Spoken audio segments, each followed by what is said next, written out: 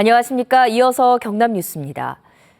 조선업 전체가 휘청이고 있습니다. 대우조선해양의 올해 순손실 규모는 6조 원대로 전망되고 경남의 다른 주요 조선소들도 추가 자금 지원을 할 것인지 매각을 할 것인지 중대기로에 놓여 있습니다. 오종우 기자입니다. 2010년부터 채권단 관리에 들어간 SPP조선이 매각됩니다. 우리은행 등 채권단은 SPP조선을 전체 또는 사천과 통영 등 사업 부문별로 매각한다고 공고했습니다. 올해 상반기 341억 원 영업이익까지 내고 유조선 8척을 신규 수주했지만 조선업 불황에 추가 보증을 안고 매각하기로 한 겁니다. 지난 2013년 채권단과 자율협약을 맺은 STX 조선해양도 중대기로에 놓였습니다. 4조 원 넘는 자금이 투입되고 사업 재편으로 영업 손실은 크게 줄었지만 글로벌 조선시황이 워낙 좋지 않아 아직 자본 잠식 상태입니다. 채권단이 현재 경영 정상화 평가를 진행 중인데 추가 자금을 지원받을 수 있을지 법정 관리로 갈지 이달 말쯤 결정됩니다. 추가로 자금 지원 받는 것 자체가 이제 불가피한 것으로 내부적으로는 보고 있는 것 같고요. 나름의 자구책을 마련을 해야 된다는 정도는. 또 통영에 있는 신화SB는 세 차례 매각을 시도했지만 무산되는 등 경남의 조선 산업이 유례없는 위기를 맞았습니다. 전문가들은 뼈를 깎는 내부 경쟁력 강화로 전 세계 조선 경기가 호전될 때까지 때를 기다려야 한다고 조언합니다.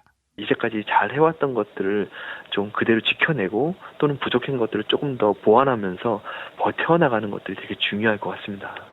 유례없는 조선업 위기에 지역 경제 타격은 최소화하며 조선 경쟁력도 유지할 수 있는 대책 마련이 시급합니다. KBS 뉴스 오종우입니다.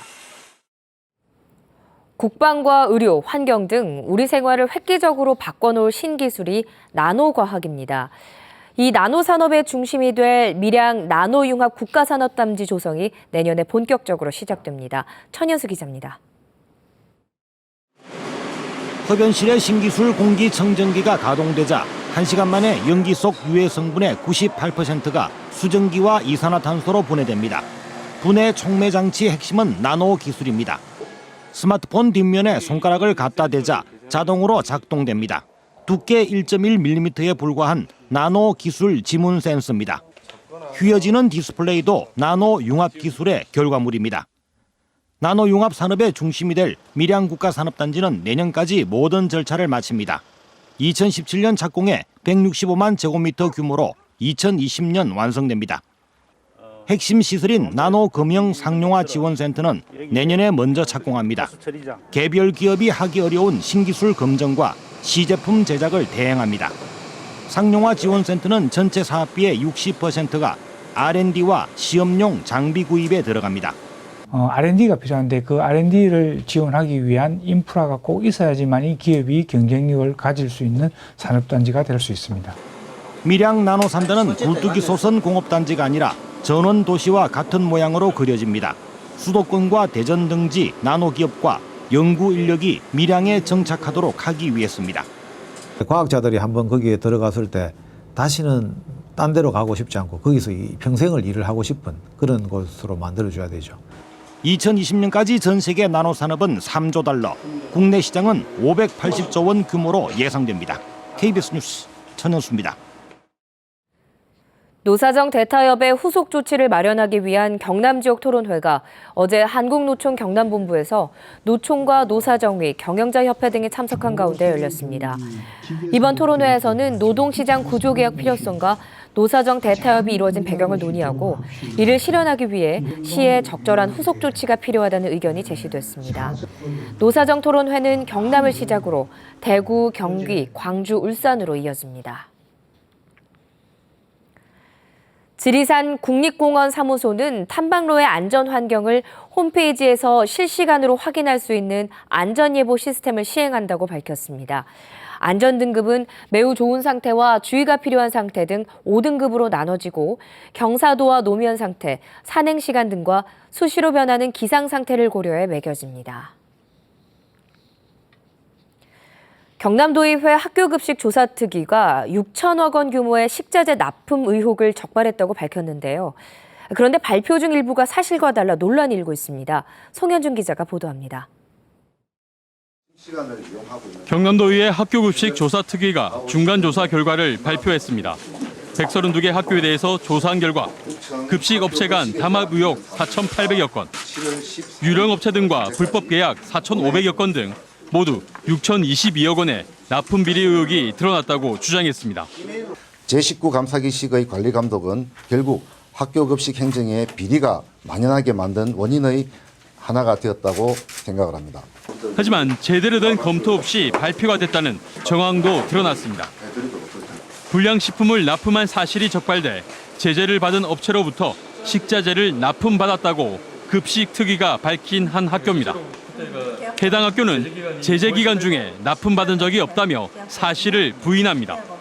학교에서 이제 계약하기 전에 확인을 하고 지금 부정당 업체도 지금 제재를 받고 있는 업체이기 때문에 계약을 안 한 거죠. 또 급식특위 발표대로라면 한 학교당 1년에 9억 1천만 원 가량의 식재료 납품 비리를 저질렀다는 건데 한 학교당 식재료 구입비는 1억 원에서 5억 원에 그칩니다. 이 학교가 전체 1년 내내 계약을 잘못했더라도 그 금액이 나오지 않습니다.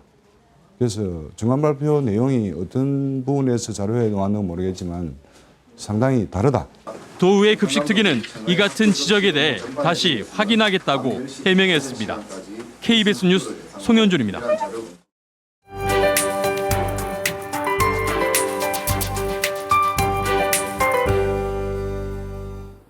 오늘 아침 안개가 자욱합니다. 밤새 비가 내리면서 습도가 높아진 상태인데요. 내륙을 중심으로 시정 상황이 좋지 않겠고 빗방울이 떨어지는 곳도 있겠습니다. 출근하실 때 작은 우산 하나 챙기시기 바랍니다. 아침 기온은 점차 내려가겠습니다. 주 후반으로 갈수록 한 자릿수 밑까지 떨어지겠고 한층 더 쌀쌀해지겠습니다. 오늘은 북쪽에서 다가오는 고기압의 영향을 받겠는데요. 구름량도 늘어나면서 종일 흐린 하늘빛을 띠겠습니다. 동부 지역입니다. 현재 김해 16도, 창원 15도로 어제보다는 아침 공기가 한결 부드러워졌습니다. 한낮은 19도 안팎으로 예년 기온을 웃돌겠습니다. 서부 지역도 기온은 오름세를 보이겠습니다. 진주 18도, 거창 16도로 어제와 비슷하거나 조금 높겠습니다. 또 산발적으로 빗방울이 떨어지는 곳도 있겠습니다. 바다의 물결은 먼 바다에서 최고 3m로 높게 일겠습니다. 또 모든 해상에 안개가 짙게 끼는 곳이 있겠습니다. 내일 아침 다시 비가 지나겠습니다. 기온도 점차 내려가겠고 17도 안팎에 머물겠습니다. 기상정보였습니다. 창녕군은 한우의 출하번호와 내정 가격 등 관련 정보를 한눈에 보고 거래할 수 있는 한우 전자경매 시장을 이번 달부터 운영합니다. 함양군이 정부의 체류형 농업창업지원센터 사업에 선정돼 내년부터 국비 40억 원을 지원받아 실습농장과 체류형 주택단지 등을 만듭니다. 통영시가 자동차세를 2건 이상 체납한 차량에 대해 내일부터 야간에도 단속을 벌여 번호판을 영치합니다. 양산시는 중등부와 고등부 20여 개 팀이 참가하는 제10회 청소년 풋살 대회를 오는 28일 양산 종합운동장에서 개최합니다. 화재로 8명의 사상자가 발생한 대우조선해양의 선박 작업 중지 명령 기간이 다소 늘어날 것으로 보입니다. 고용노동부 통영지청은 대우조선이 오늘까지 화재 재발 방지를 위한 이행 방안을 제출하지 않으면서 작업 중지 명령 기간이 지난 8월 화재 때인 8일에 비해 다소 늘어날 것으로 전망했습니다. 사천시가 항공기술 인력 양성과정교육 수료생에 대한 취업 지원에 나섭니다. 이번 교육생 18명은 지난달 5일부터 6주 동안 폴리텍 대학 항공캠퍼스에서 항공기 부품 생산과 정비를 위한 이론과 제조 실습 등 기술 과정을 이수했습니다. 사천시와 폴리텍 대학 항공캠퍼스는 2011년부터 항공기술 인력을 양성해 취업 지원을 하고 있으며 사천시는 카이 등 관내 항공산업체를 대상으로 이번 수료생들의 취업 지원에 나섭니다. 진주시와 뉴질랜드 한식세계화협회가 지역 농업인 해외 교류와 농산물 수출 확대를 위한 업무 협약을 체결했습니다. 이번 협약으로 양 기관은 농업기술연수와 유통정보 교류 등 농업 분야 6차 산업 활성화를 위해 인재 육성과 공동사업에 노력하기로 했습니다. KBS 뉴스를 마칩니다. 고맙습니다.